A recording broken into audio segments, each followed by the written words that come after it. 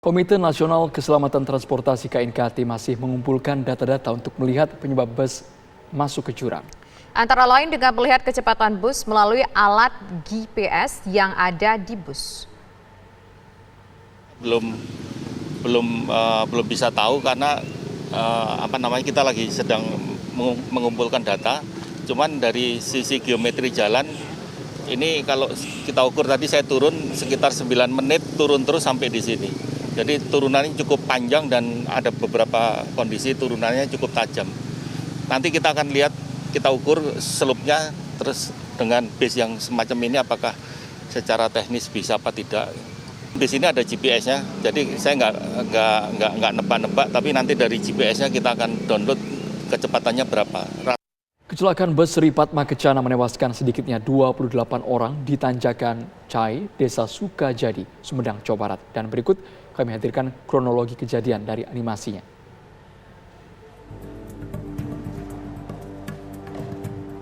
Bus Sri Padma Kencana ini berisi penuh penumpang, sekitar 63 penumpang dari SMP Islam Terpadu Muawanah yang pada saat itu melakukan ziarah. Bus mengarah dari Malangbong, Garut menuju Sumedang. Pada saat itu pemirsa bus menaiki Tanjakan Cai di Dusun Cilangkap, Desa Sukajadi. Namun ternyata tiba-tiba bus mengalami remblong saat turunan panjang. Bus pun terperosok ke jurang di pinggir jalan dengan keadaan terbalik. 28 orang meninggal dunia hingga Kamis hari ini pada tanggal 11 Maret. Dan sebagian di antara mereka pemirsa telah dimakamkan di kampung halaman mereka.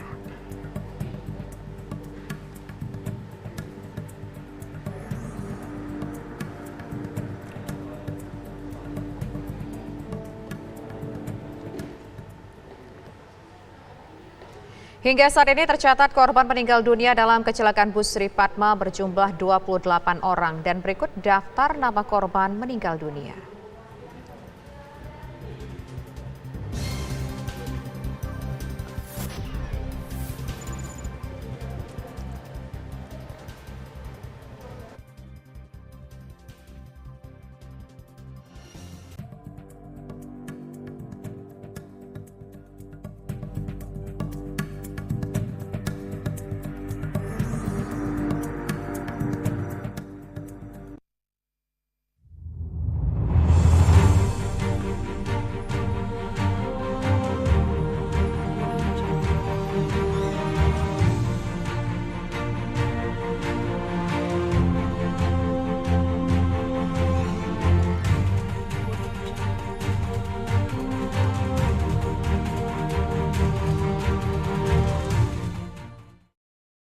Pulangkan, baik itu ke wilayahnya yang ada di Subang maupun yang berada di Sumedang, Jawa Barat. Sebagian korban luka lainnya masih menjalani perawatan di rumah sakit. Kami ajak Anda untuk mengetahui informasi terbaru dari rumah sakit. Ada rekan kami Lutfi Rafsanjani yang berada di RSUD Sumedang. Lutfi, kami ingin tahu perkembangan terbaru, baik itu data korban luka maupun meninggal dunia. Lutfi. Ya, dapat saya kabarkan saat ini saya masih berada di Rumah Sakit Umum Daerah Sumedang, di mana pada sekira pukul 3 sore tadi terjadi penambahan korban meninggal dunia dari korban yang awalnya luka-luka dan sempat dirawat di ruang IGD. Meninggal dunia bertambah 1 orang hingga total hingga hari ini yang meninggal dunia sebanyak 29 orang. Sementara itu total yang mengalami luka-luka sebanyak 36 orang, di mana 11 diantaranya telah diperbolehkan pulang lantaran sudah membaik. Hingga saat ini sebanyak 25 korban yang mengalami luka-luka masih dalam perawatan intensif di sejumlah ruangan yang ada, di antara lain adalah ruangan IGD tepat di belakang saya ini, dan di lantai 2 ada ruang observasi. Seperti itu sementara.